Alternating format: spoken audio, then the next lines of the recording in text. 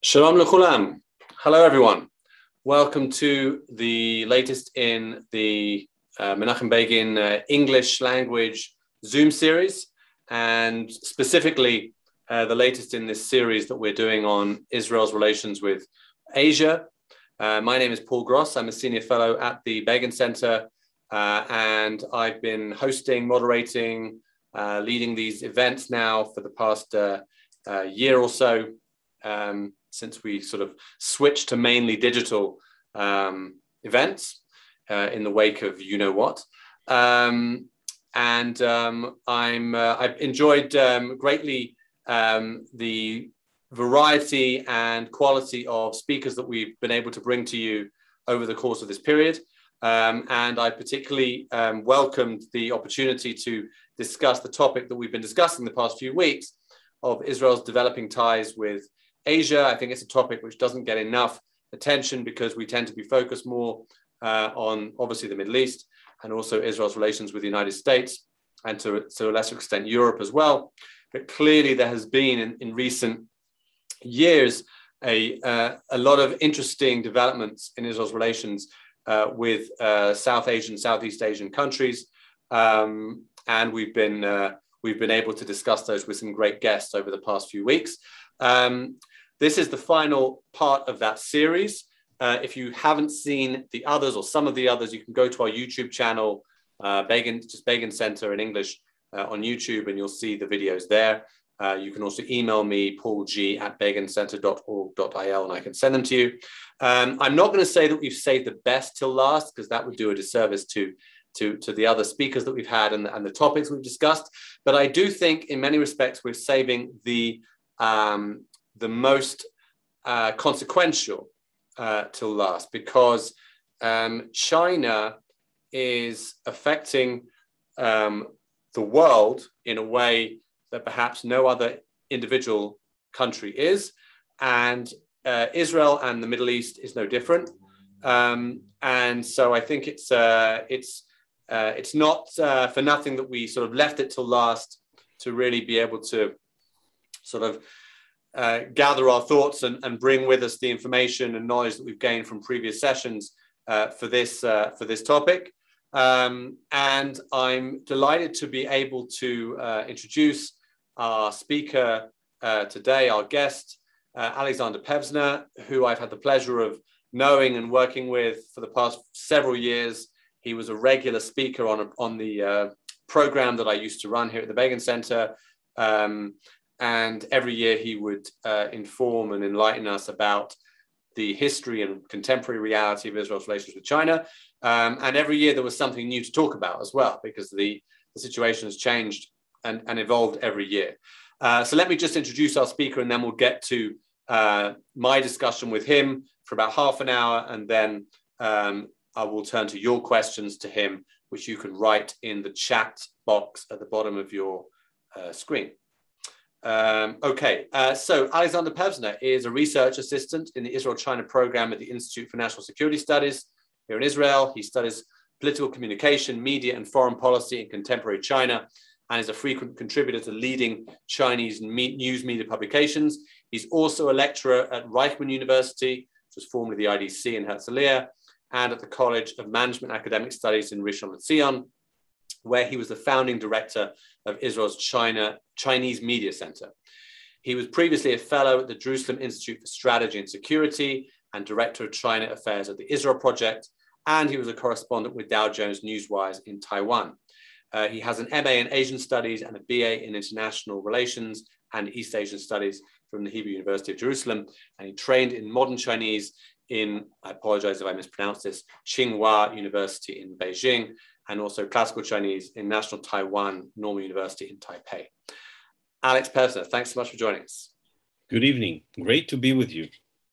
So let's start with a general question to sort of bring us up to speed. Israel and China have only had diplomatic relations since '92. It was part of that wave of countries in the wake of the start of the peace process that sort of decided to recognize Israel and open embassies here. But since that time, the relationship has evolved in all kinds of ways.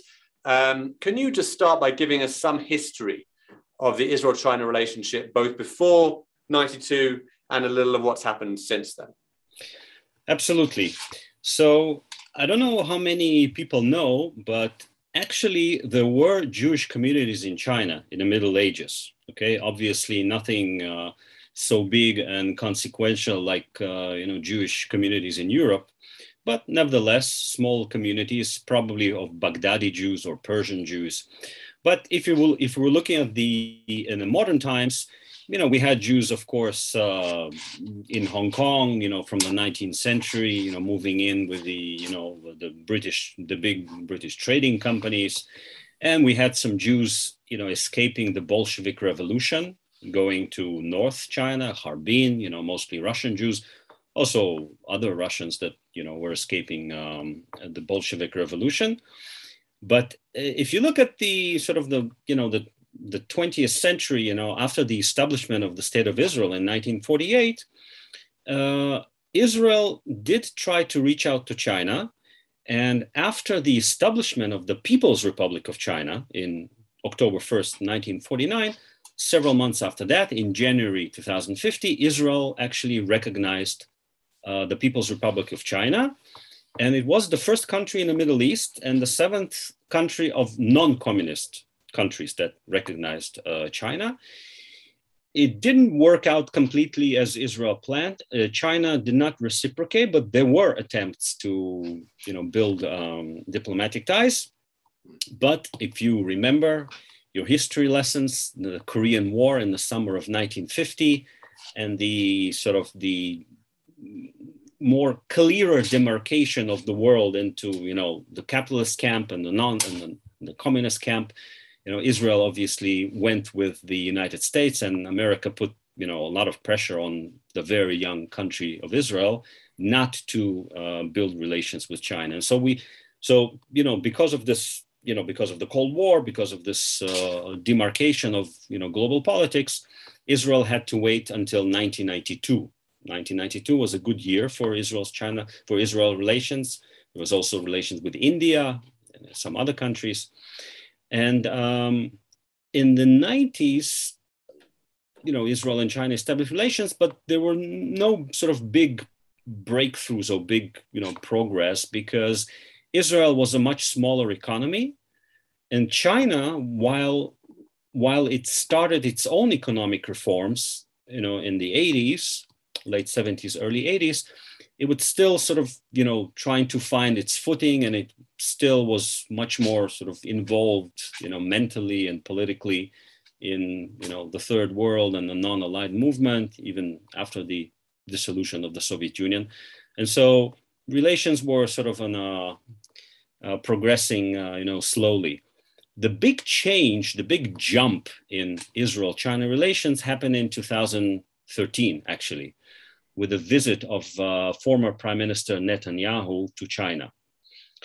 And it's worth pausing a little bit on this, because there are quite a few sort of things that, helped it happen.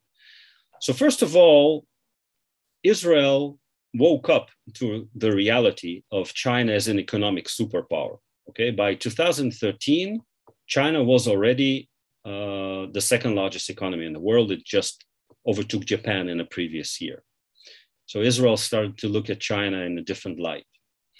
Secondly, China, for its own reasons, was undergoing transformation in the wake of the global financial crisis. China built its economic reforms on manufacturing and exports. Okay, this was the first basis of Chinese economic growth, right? Mm-hmm. China is the world factory, right? We would say everything is made in China. But after the global financial crisis, China discovered that its exports markets sort of dried out, okay? And so it understood it has to undergo sort of manufacturing upgrade, okay, to invest more in innovation. Now, of course, the Chinese realized this before, but the global financial crisis gave it a sort of even a bigger impetus. And then China started looking around the world, and it saw Israel the startup nation, only started to brand itself a startup nation.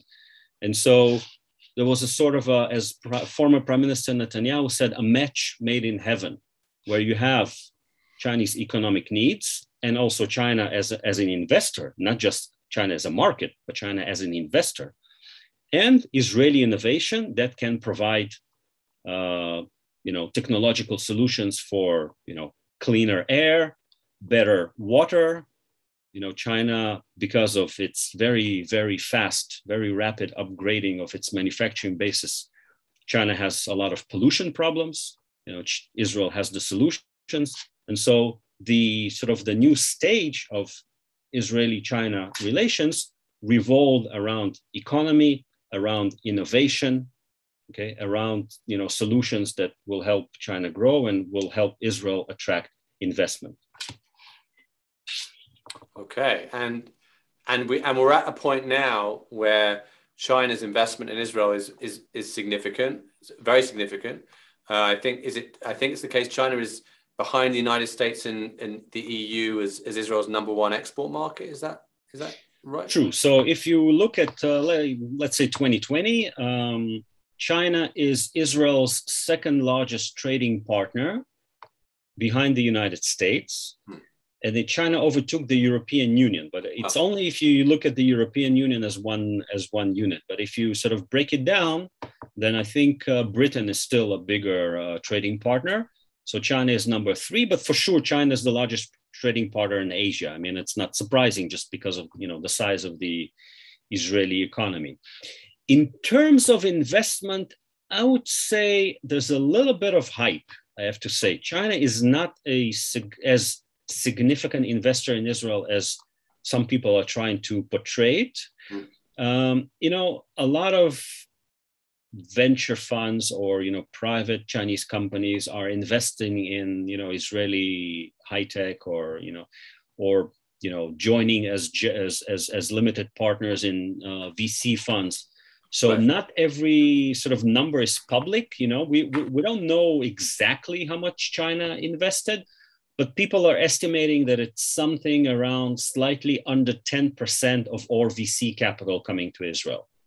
Okay, under 10%, which is nothing to sneeze at, but it's not something that would change heaven and earth. If you look at Chinese investment in general in Israel, so these state-owned companies that come to build infrastructure and things like this. Again, it's more than the back of the envelope calculation, but it's not very, very, very precise number. We're talking something between 16 to $20 billion cumulative since about 2006, 2007. So let's say over the last 12, 13, 14 years. It's not a drop in the bucket, but it's certainly not a deluge. Okay, if, for example, in 2019, foreign direct investment in Israel was $170 billion US, $170 billion US, mostly from the US and Europe. Okay, and Asia, it's not just China, it's also Japan and Korea, accounted for under 5% of this amount. So, the Chinese are coming, it's slightly exaggerated. Right. I mean, I think maybe one of the reasons for that exaggeration or that misconception is that there's been a lot of headlines around one particular infrastructure investment by a Chinese state-owned company, which is the new ports, the Haifa Bayport terminal, which opened 2 months ago, right? In September. Yep, in September. Yep. And this is like a major development in Israeli infrastructure, and it's a critical improvement and part of the reforms that Israel's been trying to do to its port system. But there's been controversies around it because it's a Chinese state-owned company, and there are questions just as there are, I guess, in the wider world around the whole question about 5G and Huawei and all these issues around whether Chinese companies, and particularly Chinese state-owned company, can be trusted in terms of national security, and certainly the United States don't think that it can be trusted. Is that fair to say? It's fair to say if you don't forget to mention that there's a lot of Chinese presence in American ports, but Americans are less keen to talk about that. I'll address it's a fair question. It's an important question. It's worth sort of spending some time about the the Bayport terminal in Haifa. But I would like to first sort of explain to people who are not following this day to day. Compare with the rest of the world, China is a latecomer in Israel. Okay, so just as as Israel was sort of late to awaken to the reality of Chinese economic power as late as 2014, 15. I still heard people, educated people, well-intentioned people saying to me that China is irrelevant to Israel. So, well, I don't think anyone thinks that way anymore. So that's good. Past that bridge. But also China was sort of late to discover Israel, again, for all these geopolitical reasons and for economic reasons, in the 90s.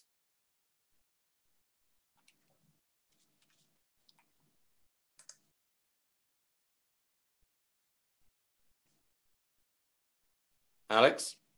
Oh, right, I have a bit of a problem with the internet there. Okay, let's wait for Alex to sort that out.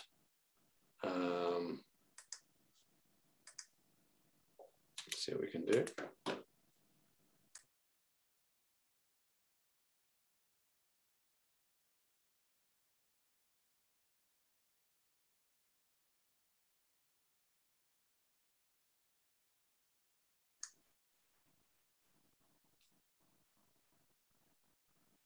Okay, right, let's wait for Alex to rejoin us. I assume he's rebooting his internet. In the meantime, I'll encourage you all to write your questions that we'll get to shortly.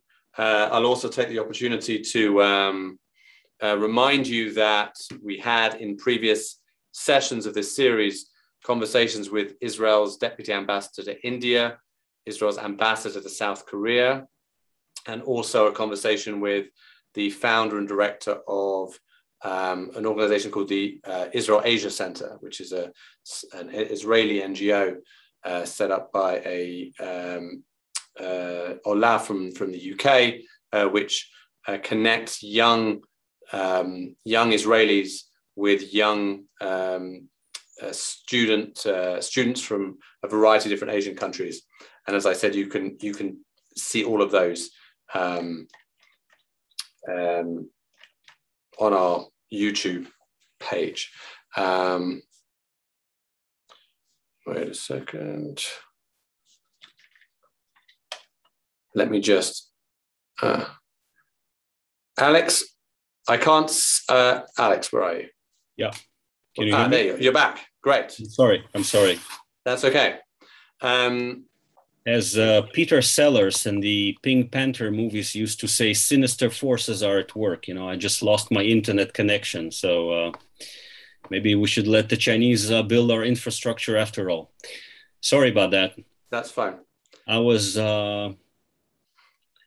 talking about the phenomenon of Chinese investment. So I was saying that, up until 2014, you could hardly find a story in the Israeli media in Hebrew about China. It's like, the second largest economy just doesn't exist, okay?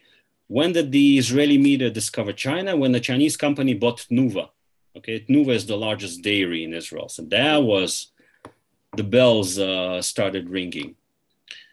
And this is sort of, again, it's a phenomenon less than 10 years old. So people are, sort of still get excited by Chinese investment. But if you look at Chinese investment in the world, obviously, China did not become the world's second largest economy by sort of, hiding. It's all over Africa. Okay, Chinese companies started investing in Africa already, in the late 90s, early aughts. China right now, already over the past few years, it's the largest trading partner of over 100 countries. It long overtook the US as the largest trading partners of most of the world. Okay, so what I'm trying to say is that China, the sheen has not gone off of Chinese investment. It's still something novel here in Israel. Now, specifically about the port.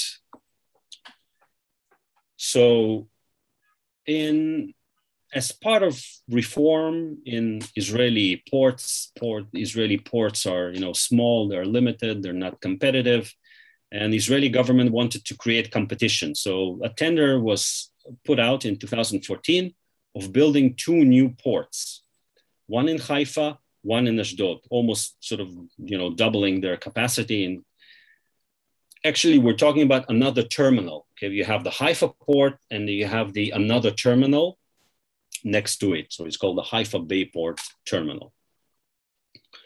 Now, of these 2 ports, one is in Ashdod, one is in Haifa. The one in Ashdod is being built by a Chinese company. Once they finish building it, I think they're probably done. It will be managed by a Swiss-Dutch consortium.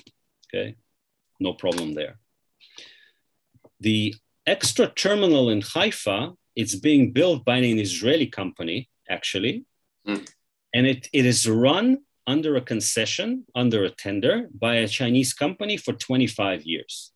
Okay? Wow. The Chinese company won this tender in 2015, okay? Long before the Trump administration declared China as a sort of a major competitor or major threat. The Chinese company ran unopposed in that tender. And I know the Israeli Port Authority did a roadshow in the US before 2015 and begged American companies to participate. Obviously, nobody came. So the Chinese company won it in 2015. Fast forward to 2017, suddenly the Americans awake to China as a competitor, and probably around 2018, start to pressure Israel. It's not good, espionage concerns, et cetera, et cetera, et cetera. But you can do a whole lecture just about the Haifa Bayport terminal. To cut a story short, the relevant authorities, the security authorities in Israel, thought long and hard and vetted this investment and decided that the risk is manageable. Okay, all these stories that you hear in some American press of certain political color, that America asked Israel not to let the Chinese company run the port, and Israel, bad ally, didn't listen to it, simply not true. Okay, it's either ill-informed or it's misinformed deliberately. Okay, now specifically, it's not, a port is a critical infrastructure, and of course there are concerns. Now, I don't think there are concerns about, Chinese management. Out of 10 global ports, the 10 biggest ports in the world, I think 7 are in China. So, obviously the Chinese know how to manage a port. So I don't think there's a problem of, mismanagement. But if you look at, security concerns, then yes, there are risks everywhere. Even if it was a Turkish company, there would be security risks, obviously. And, Israel is taking it seriously, I think, and is managing the risks in an appropriate manner. Okay, I don't want to make the whole discussion about this, but I do want to just mention one other thing, which is that this isn't the first time that the United States pressured Israel on China, right? So there was the Falcon Yes, affair. yes, absolutely. Yeah, yeah. There were some. Every question you ask, I'm tempted to go 20 years back in history because you have to understand the background. That's just a bad habit of mine. Israel sold weapons to China in the 80s. Back when the Soviet Union still existed. Right. And the US had an interest to strengthen China against the Soviet Union. Right. China were the good communists against the bad communists. China was a good communist. Right. Okay. Just like the Vietnam used to be a good communist, now it's a bad communist. Now it's a good communist because their relations with China are not good. Not only that, but Israel sold weapons to China with American encouragement. Because Israel has a unique advantage, and it's really without parallel in the whole world. So back when the Soviet Union still existed, China was facing Soviet weapons, obviously. Now, which country in the world had a successful experience of standing up to Soviet arms? Only Israel in the whole world. So Israel had the sort of unique advantage of not only knowing how to deal with, Soviet tanks and Soviet planes and Soviet whatever, but even, during all our wars with the Arabs, Israel captured a lot of weapons. And, in certain cases, it was upgraded and sold to China. It was a roaring trade. Now, after the disintegration of the Soviet Union, China became more of a concern to the US, understandably, but Israel probably didn't get the memo. And so sort of Israel thought it can continue selling weapons to China through the 90s. But, obviously we're talking of a very different geopolitical landscape. And so the US put brutal pressure on Israel to stop some weapon deals. And since pretty much the late 90s, early aughts, Israel is not selling anything even approaching military to China. And I'm saying this seriously and not facetiously. Okay, Israel is not selling any weapons to China. It's also in Israeli interest not to sell weapons to China. Now, in terms of American pressure, I don't think the port is a big issue. The big issue is 5G. Okay, because 5G is really, gets to the heart of any potential for espionage. And it's true that US talked to Israel, as it did with allies, even Britain, not to allow Huawei to sort of deploy 5G network in Israel.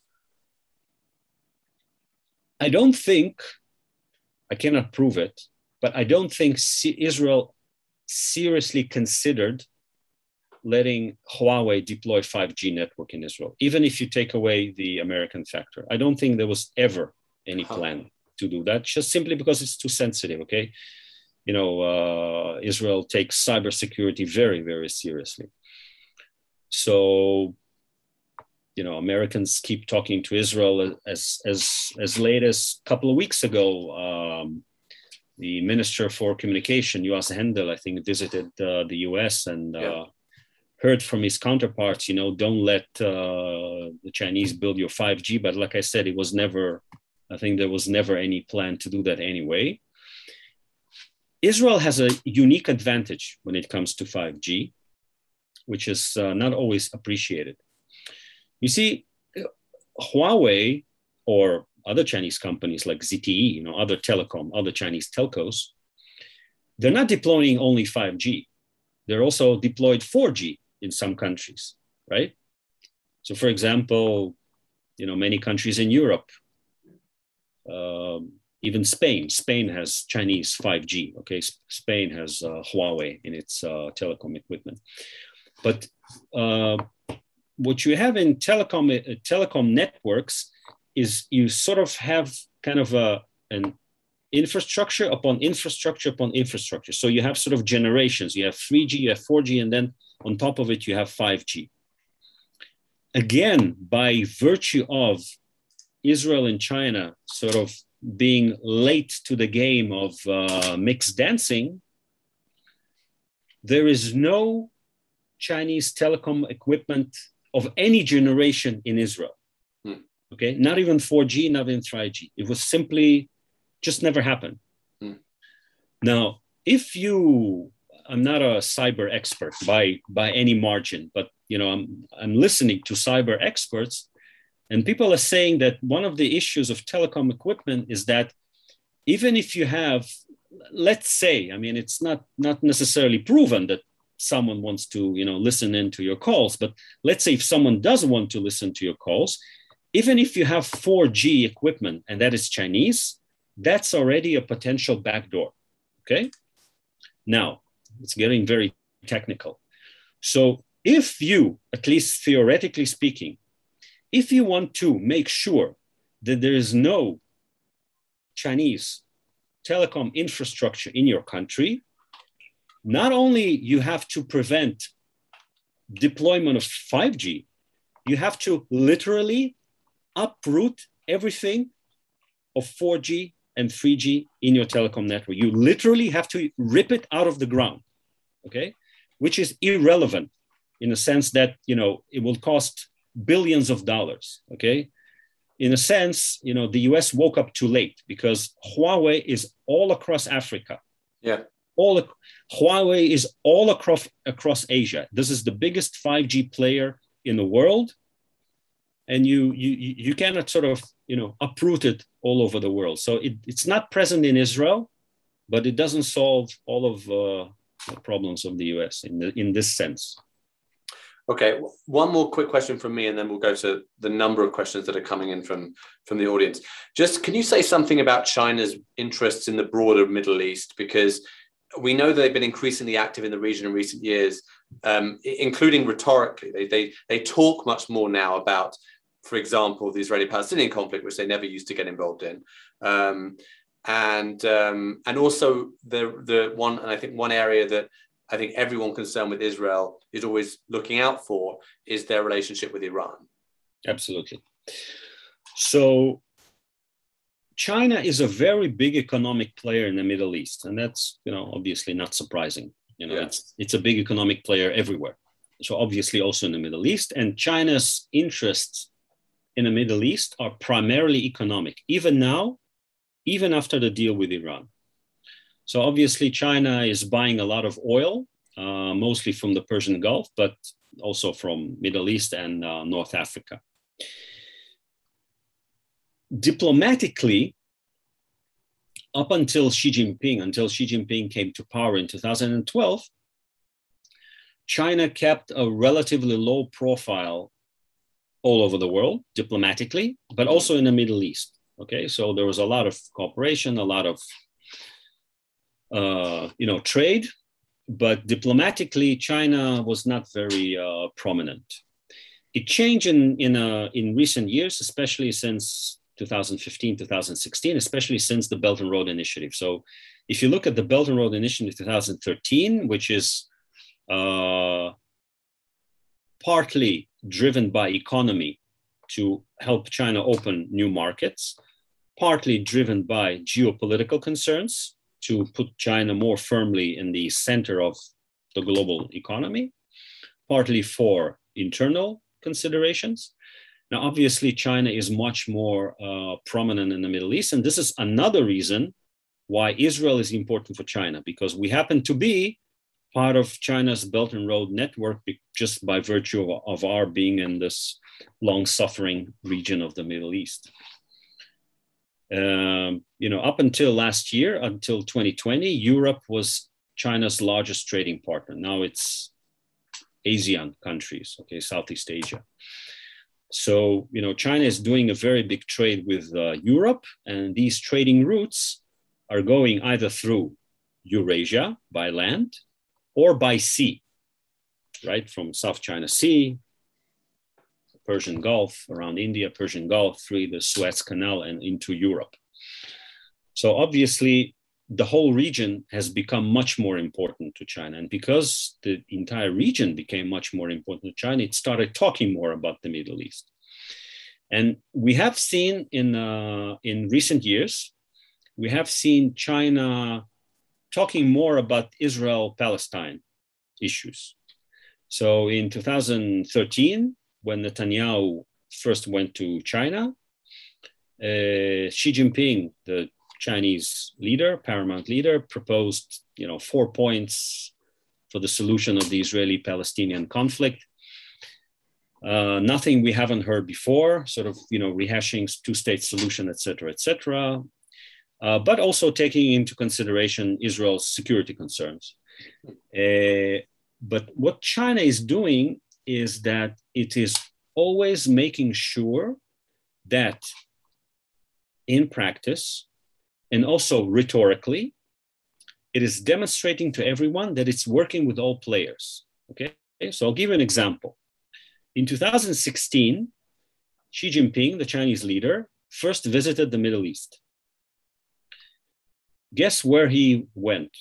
He visited Tehran, he visited Riyadh, Saudi Arabia, and he visited Egypt. Egypt is obviously not just an important Arab country, it's also the seat of the Arab League.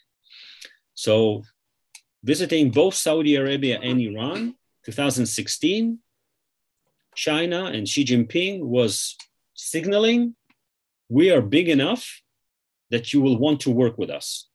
And we don't really care about your issues. You'll have to, settle them by yourselves. So, and also 2017. So for example, March 2017, Netanyahu went to China again. As the plane of former Prime Minister Netanyahu was landing, the landing gear of the plane of the King of Saudi was taking off. So the Chinese are always arranging these kind of tandem visits, so showing the Arab world that it's not preferring Israel over the Arabs, but showing Israel it is willing to work with Israel, even though Israel has a lot of problems with the Arab world.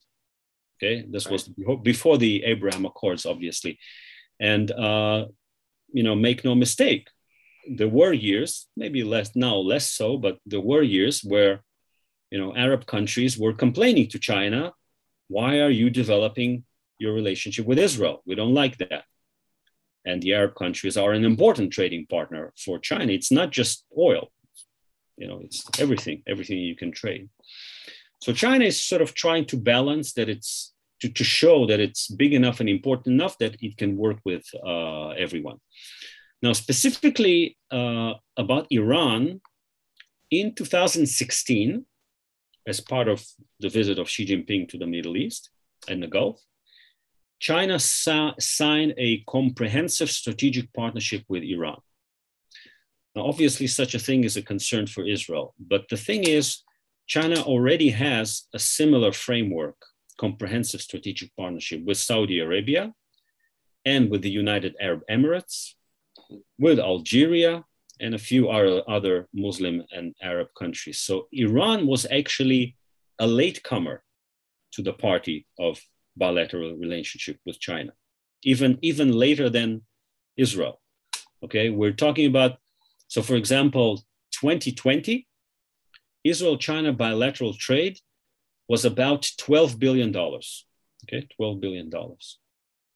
Iran, with all the hype of, Chinese buying Iranian oil, etc., was, I think, around $20 billion. And that's a country that's, much bigger than Israel. So there's a lot of, obviously, potential for Iran-China relationship. I don't want to underplay it, but obviously it's underdeveloped. And the interesting thing for us as people who are sitting in Israel is to point out the following. So the framework of this CSP, Comprehensive Strategic Partnership, was signed in 2016. It was not ratified, it was not detailed, it was not fleshed out until a couple of months ago. Why? Because in 2017, the US, under the Trump administration, said it is stepping out of the JCPOA and putting new sanctions on Iran. So China put its ties with Iran in a freezer. And only after the Biden administration said it plans to return to the nuclear deal with Iran, the JCPOA. I mean, obviously they're not back, but there are discussions going on in Vienna.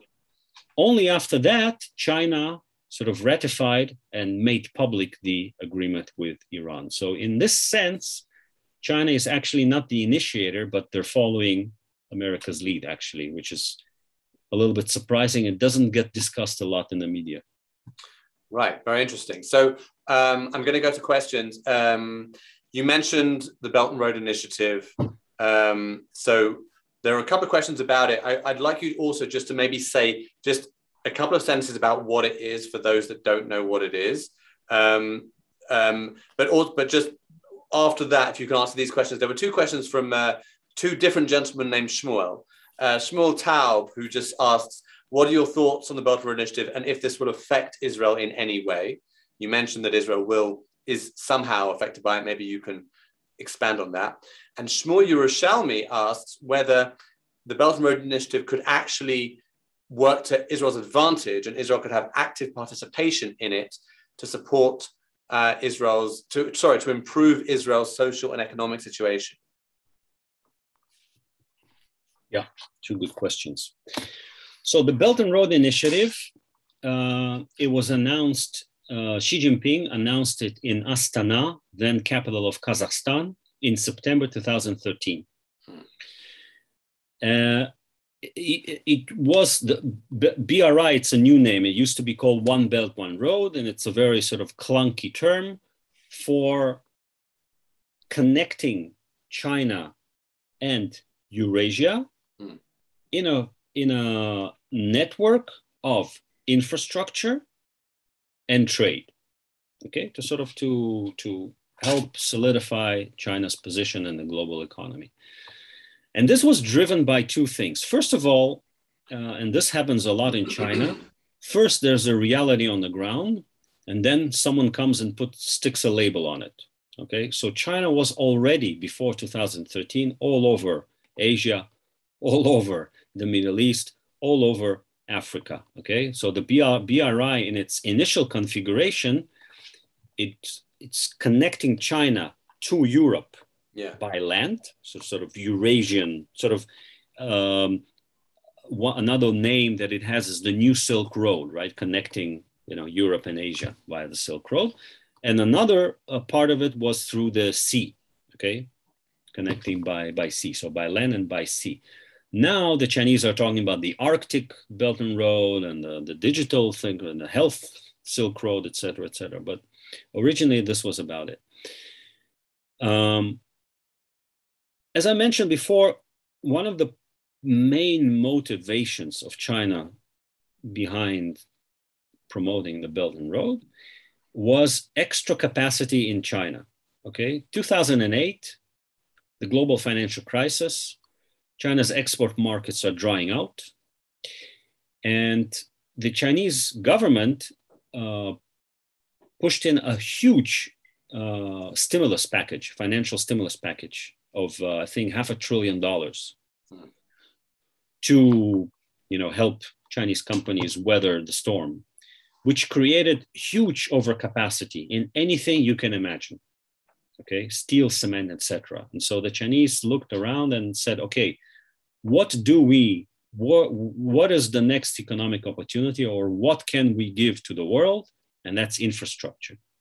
Okay, according to various estimates, World Bank, IMF, the world needs billions of dollars, maybe trillions of dollars of infrastructure investment. Okay, in Africa, Middle East, Asia, etc.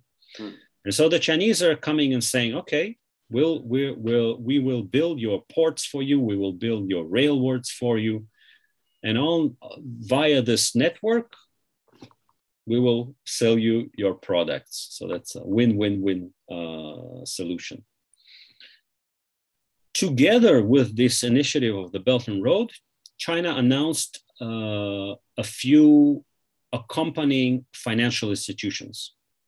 So first of all, there was the new, what's it called? The New Silk Fund investment. It's an investment fund to also invest in infrastructure. Mm-hmm. There was another investment bank that they dealt together with the BRICS group. But the hallmark of the project was the AIIB, the Asian Infrastructure Investment Bank. Right. Okay. And this was done partly to finance the Belt and Road Initiative, and partly to give China a bigger say in financial affairs, because, as you know, the World Bank and the IMF are controlled by the US and Europe. And China, despite its weight in the global economy, has very few voting rights there. And obviously the Americans are not going to move and let China have bigger say. So China said, okay, so we'll set up our own institutions. The AIIB has, I think, over 100 countries participating in this bank, with 57 founding members. And Israel is one of the founding members of the AIIB. Israel contributed 150 million with an M, $1 million to the sort of the capital of the AIIB, and has slightly less than 1% of voting rights. Okay, so and the bank's supposed to fund various projects. So when the Belt and Road was announced in 2013, the headline figure was that China will put $8 trillion into the Belt and Road Initiative. Now, this was actually not true. The Chinese never said that they will put $8 trillion because even China doesn't have that kind of money. But they did put a lot of money, and Chinese banks, both policy banks and the private banks, are indeed lending a lot of money to countries along the Belt and Road Initiative, those who cannot fund it. And this is one of the issues of American criticism of the Belt and Road, is that China is conducting debt diplomacy, putting countries deliberately in its debt. Right. Now, I've sort of stopped counting how many academic articles have disproved that, but this is a meme that keeps repeating itself in the media. But specifically for Israel, unlike, let's say, poorer countries in South Asia or in Africa that indeed have borrowed money from China, because it's also a question of China is using very astutely the Belt and Road for diplomacy. All these African countries, or sort of the term now is global South, okay? Countries in the global South. Right. They have big sort of development bottlenecks and big infrastructure needs, okay? You have a certain product, but you don't have a rail to ship it to the port, and you don't have the port to sell it to the world.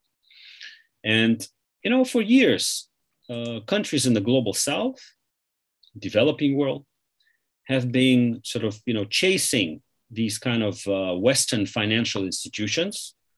And obviously, only if you have money, the bank will lend you, right? We know that. Either they could not get a loan, or,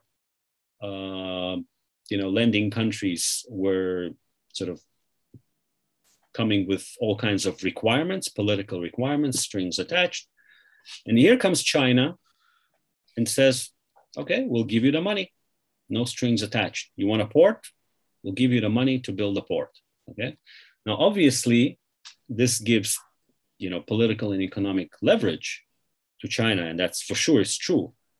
But the thing is, China, it gives China a diplomatic win as well, because China, as the world's largest developing country, it sounds a contradiction because it's the world's second largest economy, but it still calls itself the largest developing country.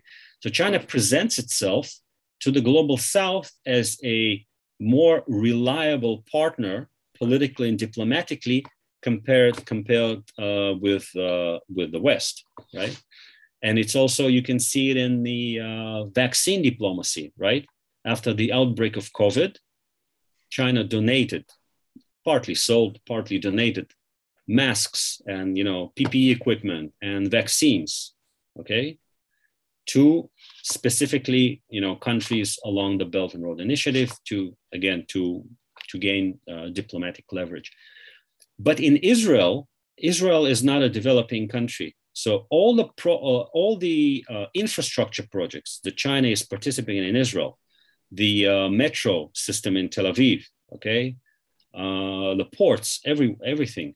Israel did not borrow money from China. Israel is paying for all these projects, okay, if it just invites a Chinese company to build something. So there's no issue of leverage here by using loans.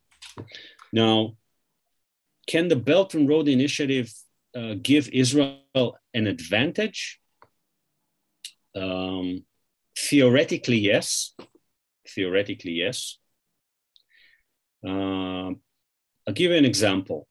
In the 90s, Israel wanted to join the Asian Development Bank with its headquarters in Manila.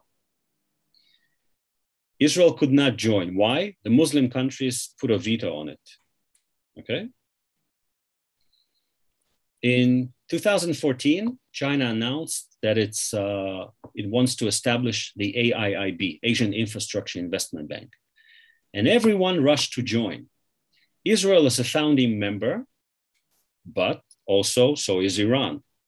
So is Pakistan. So is a bunch of other countries with which we don't have diplomatic relations. And nobody dared to issue so much as a peep against Israel. Why? Because everyone is scared of China.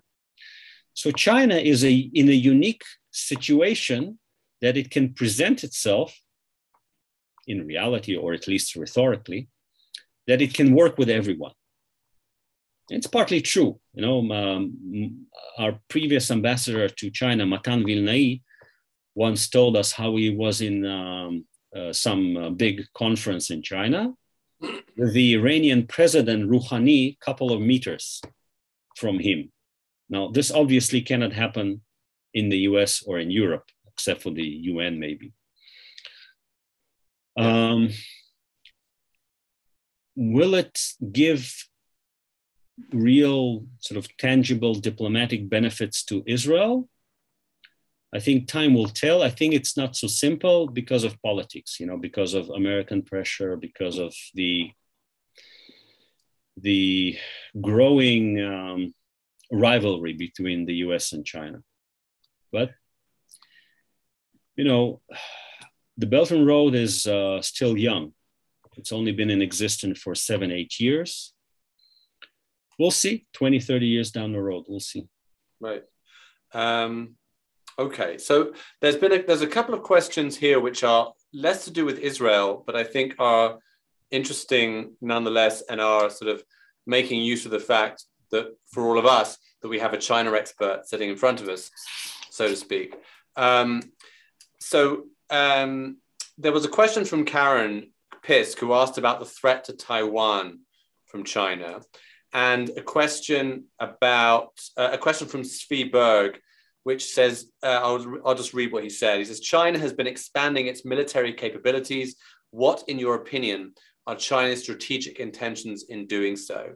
So maybe if you could answer those two questions, and sort of to link them together, if I could just add that, I mentioned this to you when we spoke before, that since Xi Jinping came to power, or certainly in recent years, there's been a notable hardening in the diplomacy of China, more aggressive in its international relations. We've seen the quashing of democracy in Hong Kong, and also I think we've had to say more repressive internally as well. So can you speak to that as well, whether the threat to Taiwan, alleged or real, and the military capabilities is also connected to the person of Xi Jinping? Right. And I have another 3 hours to do that? You have about, well, we have 5 minutes, but we can go longer. I mean, Right. if you have more time, Alex, then we can stay a bit longer, and whoever wants to stay can stay. How about we continue these series, because each question is an hour and it's another hour. We can definitely have you back on, that's for sure. Wow, in 5 minutes. Okay, so first of all, and I'm seriously, feel free to sort of send people my email if they want to, you know, to reach out with further questions. Sure. Can we let's write it in the chat now. Let's write it in the chat now. I've got it. You keep talking and I'll write it in the chat. Yeah. You send it out. Okay. So because, you know, obviously you cannot, you know, seriously address all these questions in 5 minutes. So I don't have the time to prove it. So I'll just say it. And if you don't believe me, reach out and I'll send you a longer answer.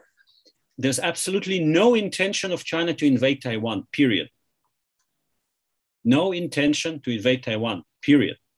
Okay? Don't believe Pentagon propaganda. Now, this is important. I'm not saying China does not want to take Taiwan back. Of course it does. Okay? It's official Chinese policy, obviously. And the official formulation is, you know, Taiwan is part of China. True or not, that's another hour-and-a-half discussion. But we hope, the official rhetoric, the official position is that we hope we can retake Taiwan by peace. But if it doesn't work, we're reserving the rights to use force. Now, what happens in what you see in recent months is that you see Chinese airplanes encroaching, flying into the Air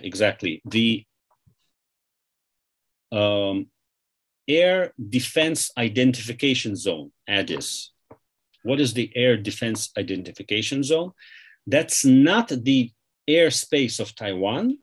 That's the space outside the airspace of Taiwan, where when Taiwan sees airplanes approaching, it has to scramble its own jets and ask for identification, okay? And we see Chinese planes sort of zipping the almost always the southwestern edge of Taiwan ADIZ. Now, of course, it's a signal to Taiwan, but it's mostly signal to the US, because the US, under its own sort of one China policy and various documents, the 3 communiques, et cetera, there's a lot of history books about that, sort of, you know, undertook to recognize the People's Republic of China as the only official representative of all the entities that are called China. And the relations with Taiwan are unofficial. Okay, so the US has an office in Taiwan called the AIT, American Institute in Taiwan, under which it conducts normal sort of, you know, trade and business ties, just like Israel does with Taiwan, but no official contacts. I have to say that the Trump administration came and threw it to the garbage. Started not only selling more and more weapons to Taiwan, but also holding official meetings, sort of, you know, State Department with the Taiwanese Ministry of Foreign Affairs, et cetera, et cetera. Now, you can say that it's correct. That's fine. You can say that the US wants to support Taiwan as a democracy. That is fine. Obviously, there are political considerations, but you cannot say it can ignore Chinese reaction. And Americans know that Chinese will not react nicely to this kind of, to what they see. Again, right or wrong, it's a longer discussion, but the Chinese see it as a change in the status quo, okay? And so all these air patrols are mostly directed towards the US, towards increased maritime presence by the US and its allies in the South China Sea. And so you can see, for example, the Ministry of Defense in Taiwan, it's publishing almost daily these kind of the details of these flights. you see there are a lot of planes that are carrying cruise missiles. And so you can see this is military diplomacy par excellence. The Chinese are signaling it's actually directed towards all these aircraft carriers, by Britain and the US that are passing through the South China Sea. It's not about Taiwan. How else do I know that China is not planning to invade Taiwan tomorrow? Well, first of all, it knows that the US will react in some sort of fashion, and the US does not, China does not want to provoke American reaction. But most importantly, we don't see any signs that China is preparing its own citizens for an invasion of Taiwan. And say what you will about Xi Jinping,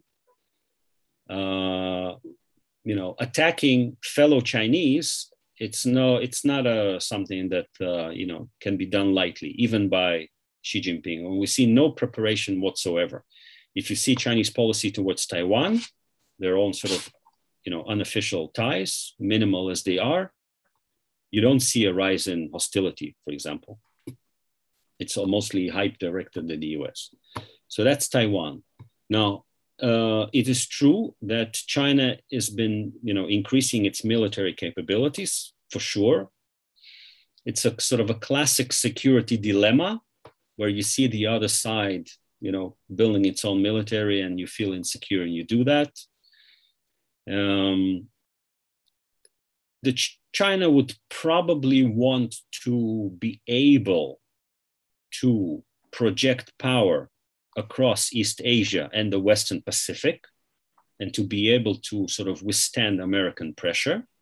And for example, the AUKUS deal, by which America provided nuclear submarine technology to Australia, is obviously directed against China, to increase Western presence in the South China Sea. Obviously, you will see a Chinese reaction to that as well. Now, Xi Jinping is a different story. Xi Jinping, there certainly has been a more autocratic turn under Xi Jinping. Okay, Xi Jinping is not saying, in terms of China's role in the world, he sees China. He was talking about 2049, 100 years of the establishment of the People's Republic of China. China is sort of occupying a certain place central place in the world stage. I'm not sure he wants something that previous leaders before him didn't want. The search of wealth and power has been common to all generations of Chinese leaders. Xi Jinping is different in the sense that, first of all, he is the first Chinese leader who was born after 49, after the establishment of the People's Republic of China. And he comes from a much more confident generation, okay? Not to mention that he's a princeling. His father was a very senior, he was vice premier in China. He worked together with Deng Xiaoping on the economic reforms in China. He was, in Chinese politics since the 50s and the 60s. So, you can say Xi Jinping was groomed to be in power. So he is much more confident than previous Chinese leaders. But Xi Jinping also has the added benefit of, previous leaders ruled over a much weaker China, much poorer China. And so not only Xi Jinping himself is more confident, but China itself is much more confident. And it sort of, unfortunately, spills over into much more assertive foreign policy. But Xi Jinping's main project is to strengthen the rule of the Communist Party inside China. And indeed, he has inserted the party, the Communist Party, much more forcefully and efficiently into every facet of Chinese life. Next year, 2022, China will hold its 20th Party Congress. And at that Congress, Xi Jinping is expected to break with precedent and probably stay for at least another term. So we will have to wait and see until next year. But we have not seen the last from Xi Jinping.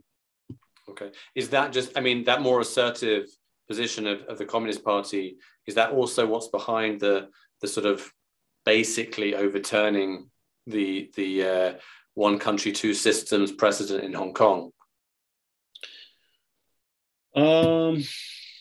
Yes and no, partly. It's a very complicated topic. Yeah, I don't know. Maybe not everyone's. It is. People. I've seen Xi Jinping in China several times, but I never had a chance to chat with him.